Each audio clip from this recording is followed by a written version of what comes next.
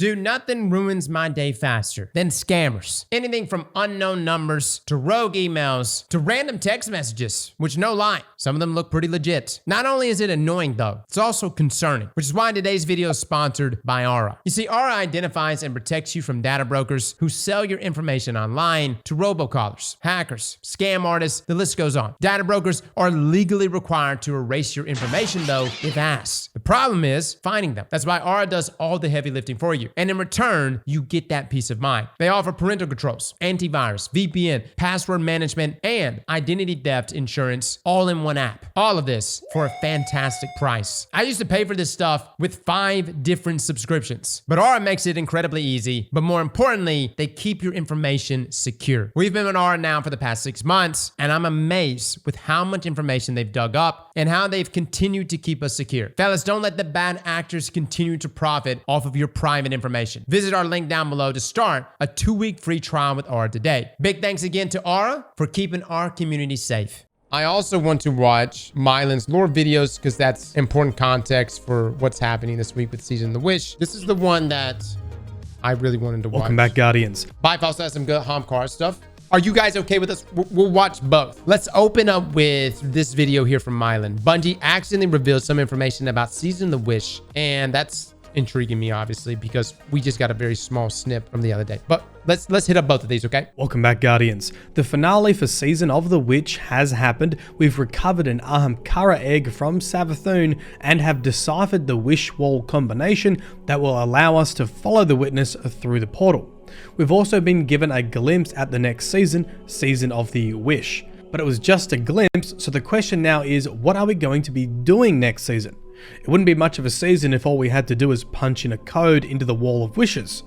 So today we're going to explore some possibilities, why it may not be as simple as just making the wish and who we might be dealing with in the process. To start with, let's take a look at the teaser trailer for Season of the Wish. It's only 11 seconds long, but there's still a couple of things that we can take away from it. All wishes come at a cost.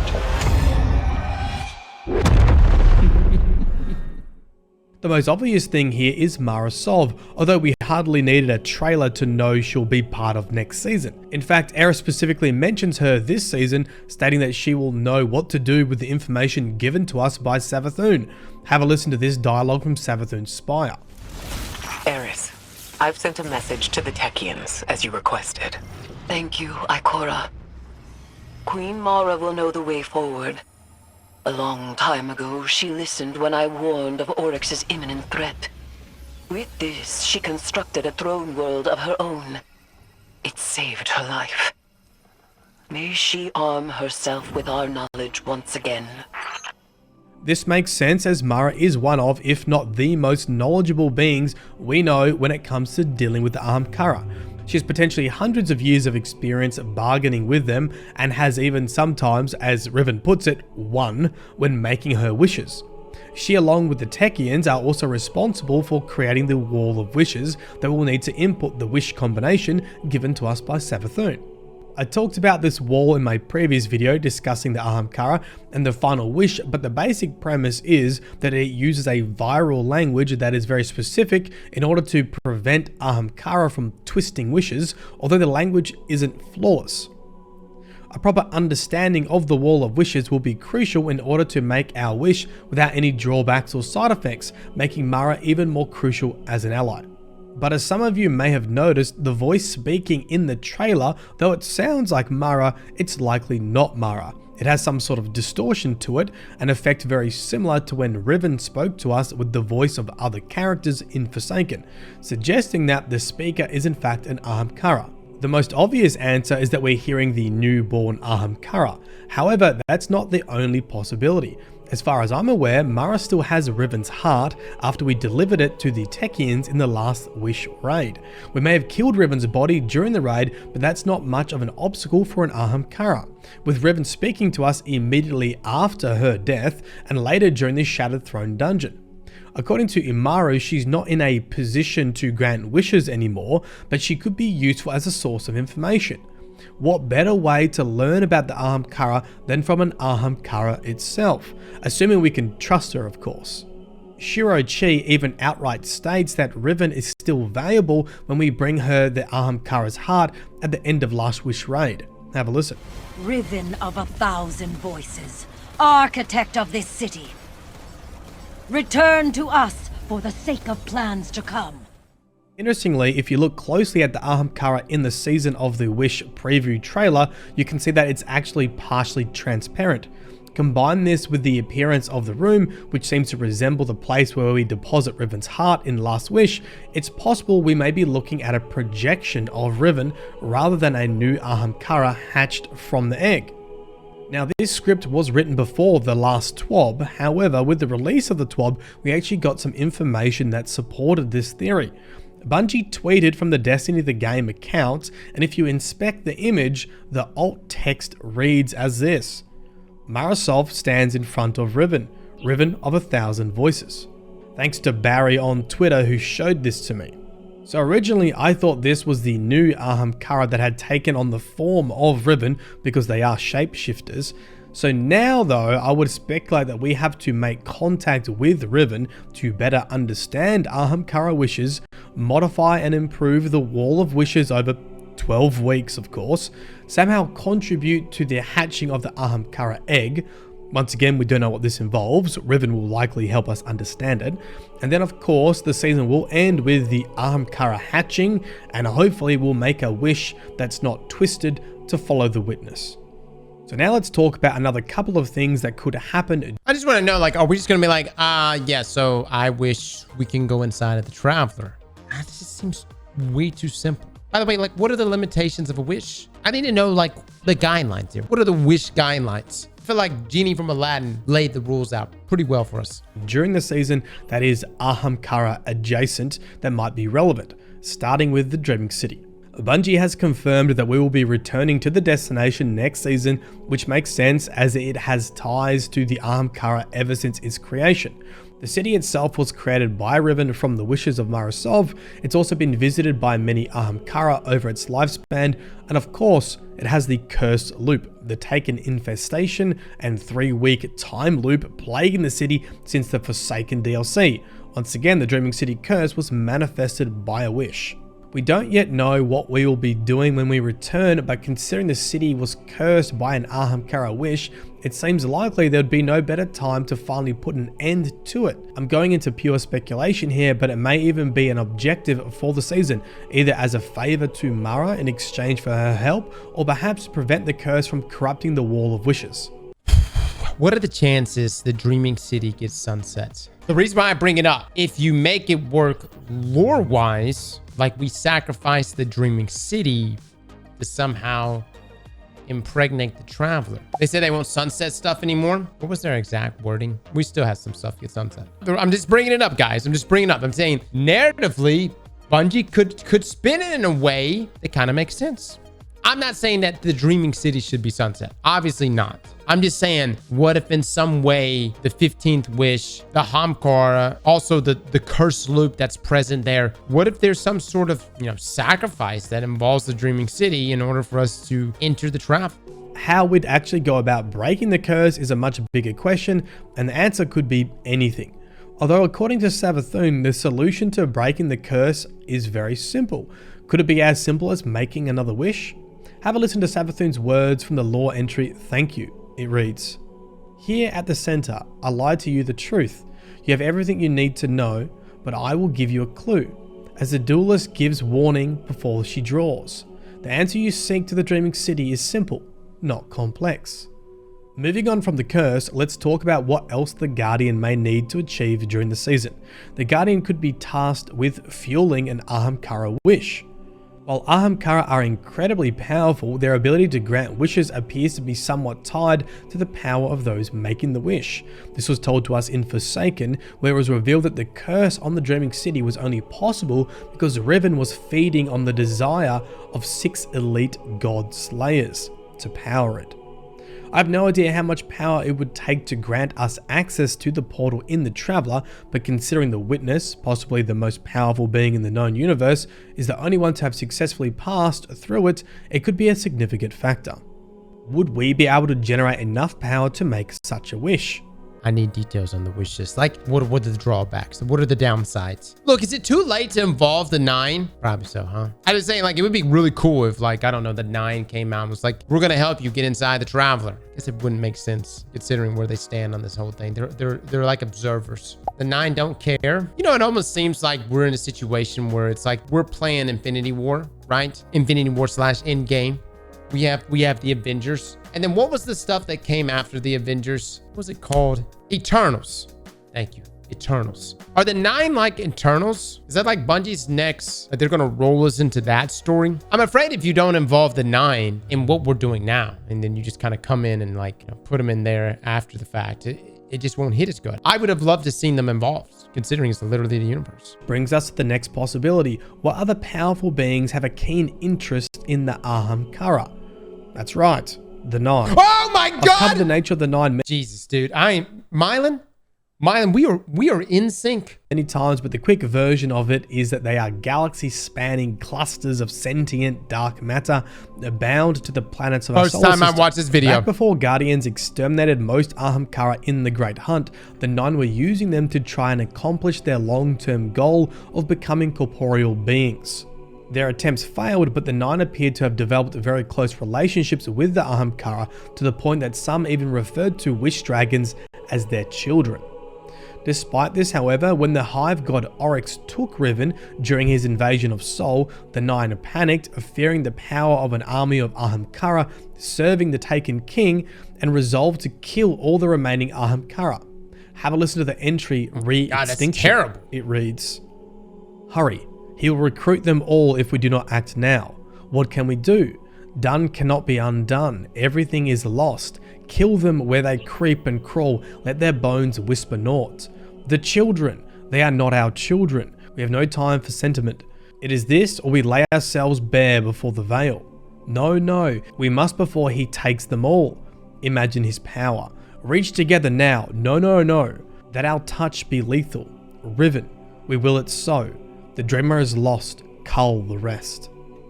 Slaying every Ahamkara across Sol in a single sweep, needless to say, the 9 are exceptionally powerful.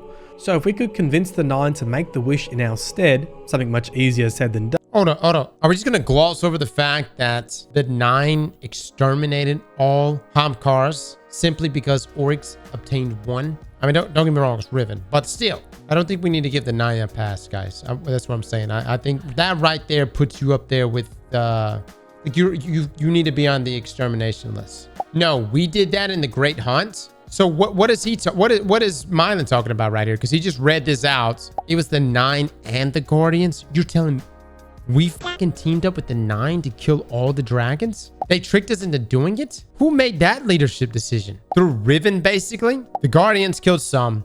The 9 hit the rest and then killed them. The 9 and Riven made a deal to exterminate all other Ahamkara by using the Guardians to do it. Are Guardians just dumb? Like, are we, like, for real? Like, how do we carry out just stupid things? Byf goes over this. Okay, we need to watch the Byf videos. Easier said than done. Perhaps they could empower the young Ahamkara enough to grant it.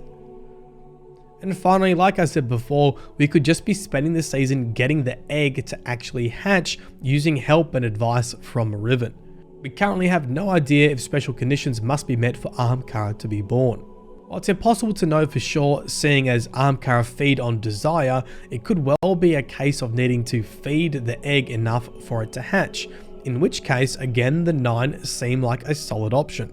And that's it, just some thoughts and theories regarding Season of the Wish. Of course, this is mostly speculation, but to be honest, we've been given so little about the season, it's hard to make anything conclusive. I guess we'll have to wait and see. If you'd like to support the channel, we can not leave a comment. You leave the word Ahamkara. As usual, it's been a pleasure. Guys, please check out Myelin. Fantastic Lord. Let's go over to Byf's channel. I'm going to watch some of his Ahamkara stuff. Byf's got a video here called The Ahamkara and the 9. Did they make a bargain to transform Venus? What? Greetings, Guardians. My name is Byf here. So, there's one last strange relationship that we need to look at before the Season of the Wish really kicks off. That relationship is the one between the 9 and the Ahamkara. It's a bit of a weird thing to marry a pair of disparate topics together like this, but upon further examination, there is actually a little bit of a link between them that I thought was worth investigating. Today we're going to do just that, and we're going to see if there is a slim chance that the Nine might appear next season and be involved. The Nine are always one of those weird nebulous topics that both connects to everything and connects to nothing, seemingly. As per usual with one of these complicated topics, I think it's important for us to all understand the basics before we really get into it. And whilst recently I've gone over a bunch of what the Ahamkara are, and the lore behind them, some of you may not necessarily have heard or know about the lore of what the Nine are, so we're going to go ahead and make sure that we're all on the same page. It's no small task to explain what the Nine are, but I'll do my best. Essentially, the Nine are sentient dark matter-based entities that are specific to the Sol system. Now, that's a lot to wrap your head around, so let's go ahead and clarify things a little bit more before we read any lore on them. What is dark matter is probably where we should start. Well, dark matter is a theoretical kind of matter that's based on the simple premises that out in space, we can see that there are gravitational effects that aren't caused by regular matter. However, these gravitational effects also seemingly are caused by particles that in theory do not interact with light or the electromagnetic field. These theoretical particles are what dark matter essentially is. Now, I don't want to get too into the reeds on this one, but according to standard models of the universe that scientists have devised, the matter we interact with on a daily basis makes up only 5% of the energy and mass of the universe. About 27%, give or take, is made up of dark matter, and the remaining 68% is made up of another theorized kind of energy called dark energy. Essentially, forget about the dark energy stuff, but think of it like this. Where matter isn't, dark matter might be. It's not exactly the inverse of matter in the universe, but it's relatively close. This is a layman's understanding of the science of it, by the way, so please keep that in mind. If you're an actual physicist in the comments section, please feel free to educate everybody in the comments section and to pick holes in what I'm talking about here. I'm just trying to give the most basic of understandings as is relevant to the lore, so if there is something I've missed, feel free to fill me in. I am not the expert. With that idea of what dark matter is in mind though, let's return to the Nine. They are sentient dark matter. How does that work? Well, in the book Dust, it's actually kind of explained, or at very least the fact that that is the case is clarified. There are two lore entries that really clarify the Nine's existence. They're titled The Declaration and The Nine, appropriately so on the last one. Reading an excerpt from the first of them, The Declaration, shows that we actually get this reading from the perspective of the Nine. They tell us the following. You want our source? Our primal cause? We are the shadows of your world's mass. Old dark dust, ever gravity flowing. Intelligences world round each world's core. 9 hourglass pinches in a galactic wind. Too large to see, too small to miss. Our mass binds, your fate frees. Our philosophies lay divided.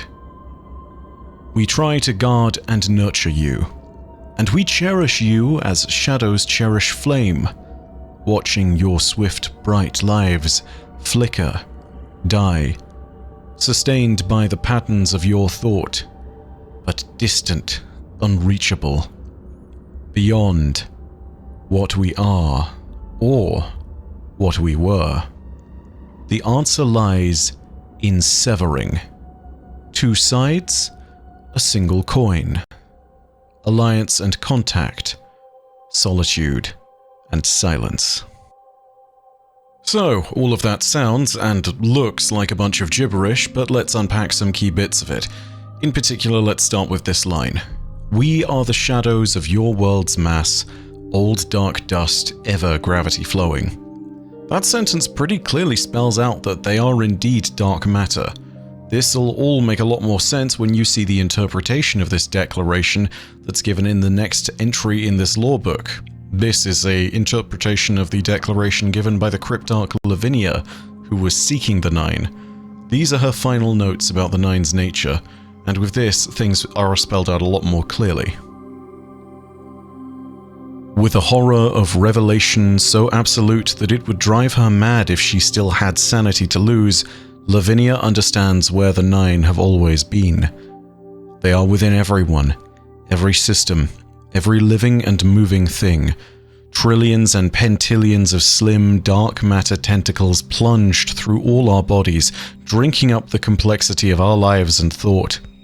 We are all pinched silhouettes, impaled by the twitching of infinitely long spider legs.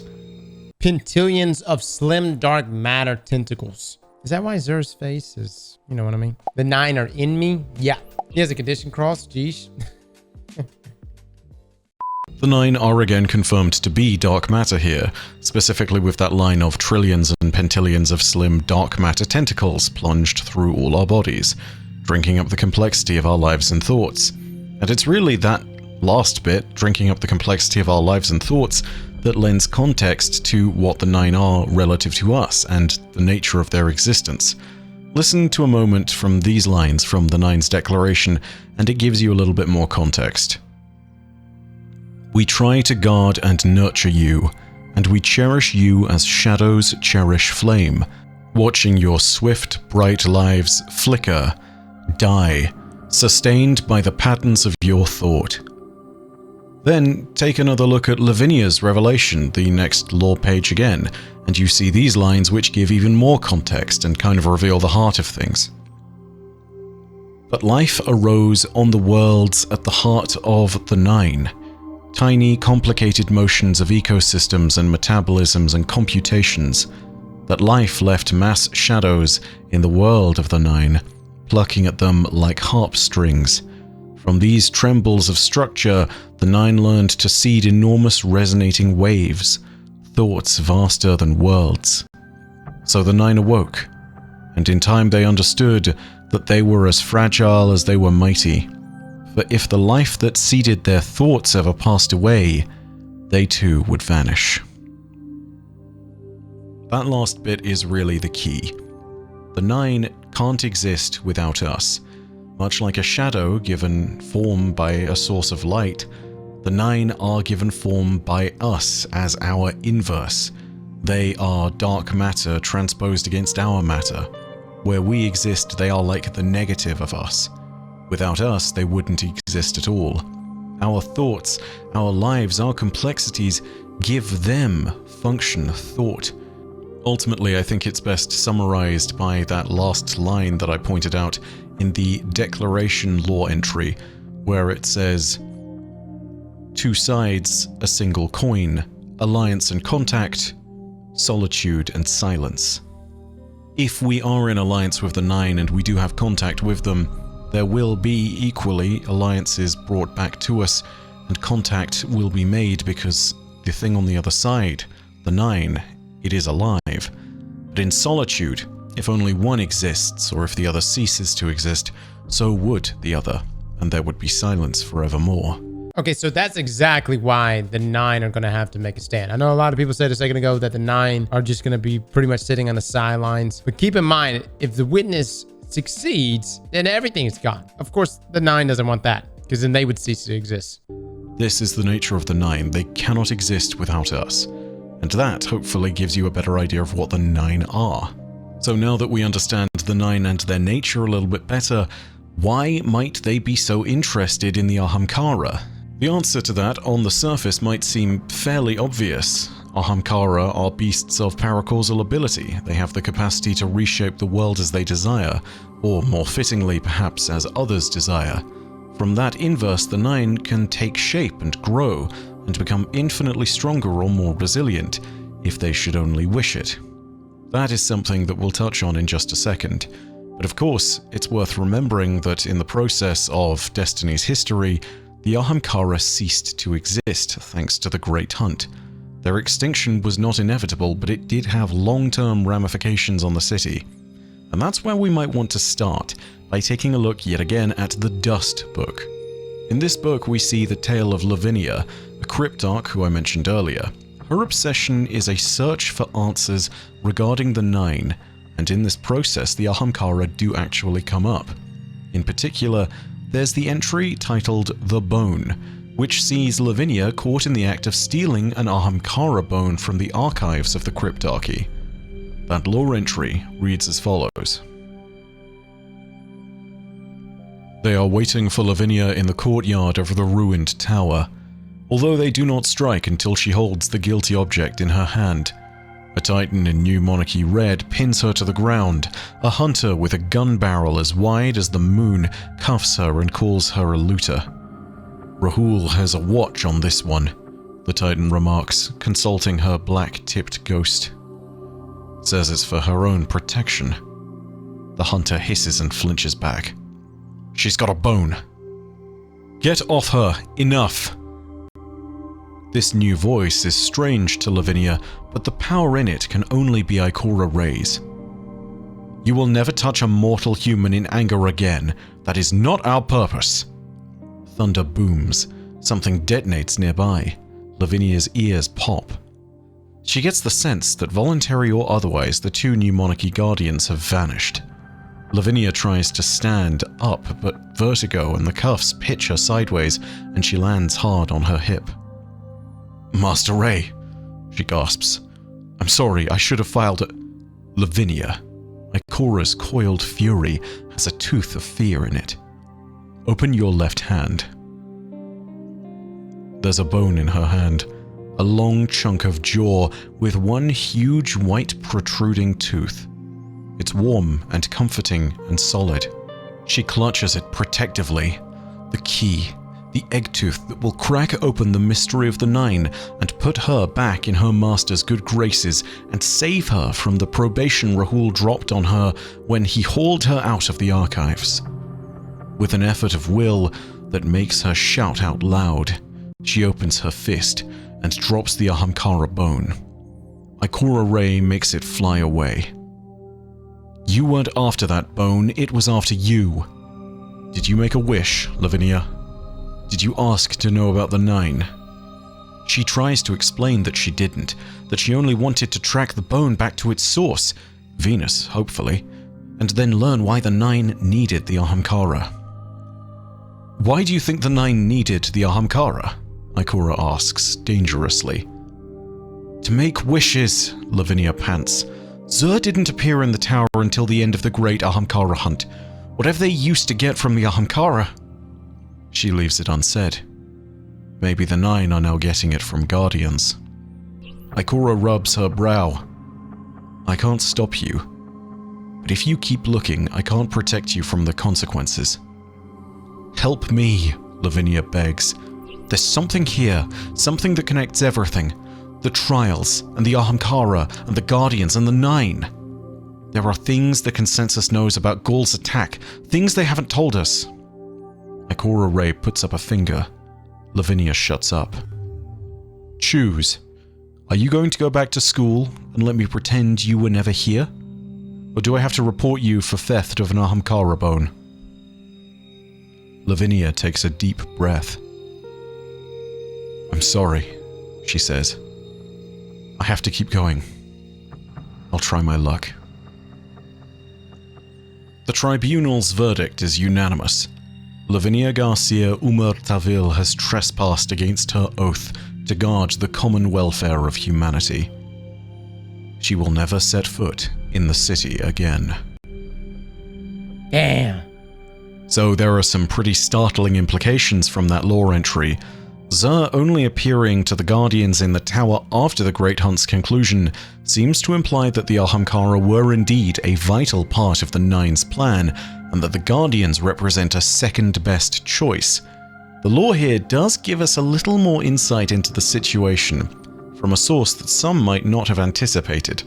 Skolas, the Rabbit, twice defeated as Wolf Kell and Kell of Kells.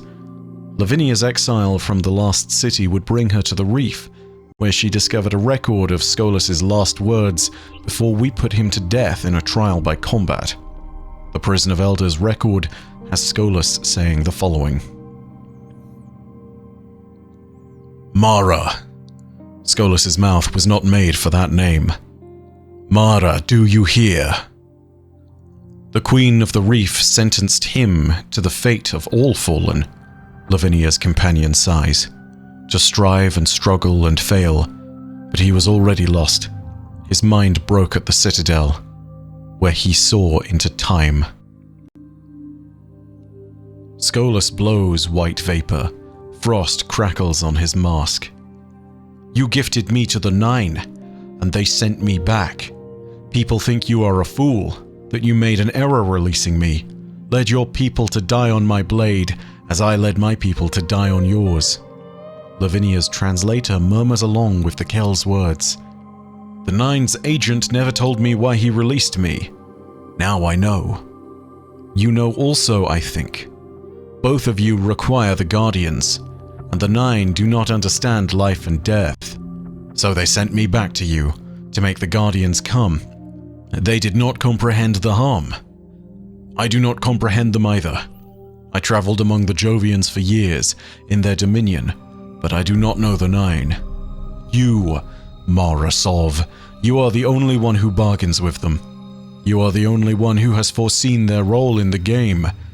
You keep your successes secret so that the world knows only your mistakes. No wonder I underestimated you. He hefts the scorch cannon his jailers have given him. Lavinia thinks of the tools his house once favored. Shuttle and loom. I saw the shape of the Nine on Venus, a place that was once precious to them, where wishes could transfigure their flesh. I saw that they are bound to this star and to these worlds. You are of a kind, in that way, you and the Nine. Not I. I will be glad to leave this world, Mara Sov. I am tired of being a pawn. Can we just acknowledge that Skolas was just a gangster? That line right here, not I. I will be glad to leave this world, Morosov. I'm tired of being a pawn. Do we have any other lore on Skolas? I love this entire text from, I'm just saying, Skolas, way fucking cooler than, what's our splicer? Ido's dad. What's Ido's dad name? I can't remember right now. Skolas whooped the piss out of Mithrax. And a 1v1, Skolas would have beat Mithrax's ass. So crucially, this tells us why the Nine were interested in Venus and what they were getting from the Ahamkara. Skolas all but spells it out in this one line. I saw the shape of the Nine on Venus, a place that was once precious to them, where wishes could transfigure their flesh. This is hugely important because one of the reasons that the city began hunting down the Ahamkara was that they were creating dramatic changes to Venus. Eris Morn's report to Mara Sov states the following. The Ahamkara remain an issue. There's still so much we can learn from them, but what they've done to Venus, no two Guardians see the same thing. Consultants from the War Cult have been brought in to gauge disagreements over timelines of events. One of our warlocks stared into the paracausal phenomenon that formed over the Ishtar Academy and shot himself. He is not an authorized Thanatonaut. Luckily, his ghost hid from him beforehand. We managed to get him back. He has no lingering physical wounds, but he will need time to recover. We thought we were gods who had found an opportunity for more power. A silly notion to the likes of you and me, but the average Guardian has not been threatened like this. The Titans are beside themselves. We will take extreme measures, we must. But these creatures have such means. They will flee far and wide, perhaps all the way to you. Mara, I implore you, if you hold your people as dearly as you say you do, you will end them on sight. Damn. Eris Morn. So even Eris was like, we gotta kill the Ahamkara. Dude, we just exterminated them? It just seems wrong. This shows just how terrifying these changes were to the Guardians of the Tower. The Ahamkara presented themselves as a power unlike anything in the system, but the context of the Nine makes this power important. Take a look at the small words spoken between Joxer and the Techian Ilan when weapons are requested from the Awoken at the beginning of the Great Hunt. Joxer clarifies the city's request for weapons and states the Ahamkara are blasting and paving entire regions of Venus, to which Ilan replies they wouldn't be so base, they're rewriting Venus. Take this back and remember what Skolas said. I saw the shape of the Nine on Venus, a place that was once precious to them, where wishes could transfigure their flesh. I think the important word here is the word transfigure. Transfiguration is literally the act of changing one's form or appearance and has a variety of religious connotations as well, as many things in Destiny do. I think this might be what the Nine are trying to achieve. I think the Nine were trying to reform themselves with wishes. Their shape was being carved into the world by the wish dragons, and the changes were so horrifying that guardians who beheld them went mad. So we now know that the Nine and the Ahamkara had dealings with each other, and it seems that we can draw some basic implications, including this above all else. The Nine were looking to the Ahamkara to make them more real.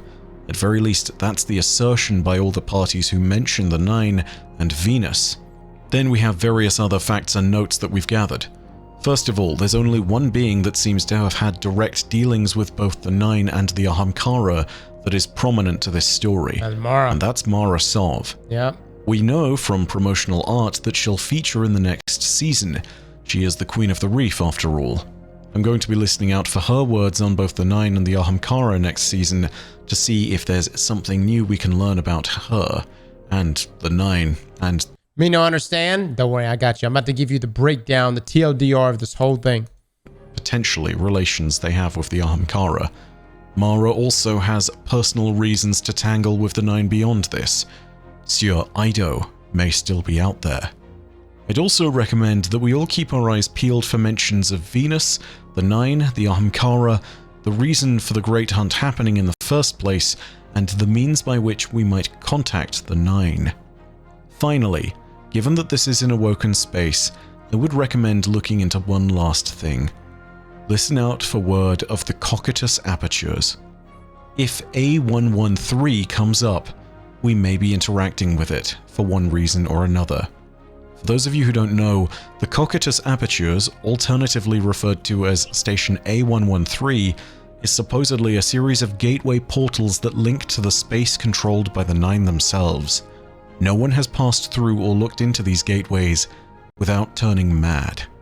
If we need to empower the Wish Dragon that we hatch next season with wishes grand enough for it to grant us a chance to enter the Traveler, the Nine and their unbreakable will that spans across planets might have a part yet to play. It's a long shot, but I feel like it might be prime dungeon material. Either way, thank you very much for watching, and I hope you found the video interesting. If you did, go ahead and leave a like, and if you want more Destiny content from the Season of the Wish, go ahead and hit subscribe and the bell next to subscribe to turn on those email notifications. Excellent breakdown there, Byf. Guys, please check out Byf, and of course Myelin as well. Look, I know a lot was just said just now, and you may be sitting there going, why does any of this even matter? You know, I just want to get in the game and shoot stuff.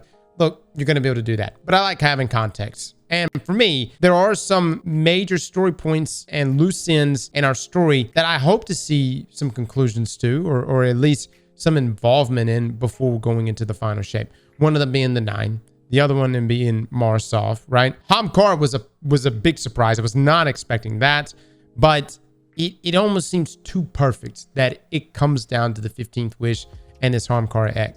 Now, as far as a breakdown of what's going on here and why these things are involved. Ahamkara are incredibly powerful, and you can make wishes with the Ahamkara. And depending on the strength that you have, or the strength of the wish caster or the wisher, that will result in what wish they get out of it.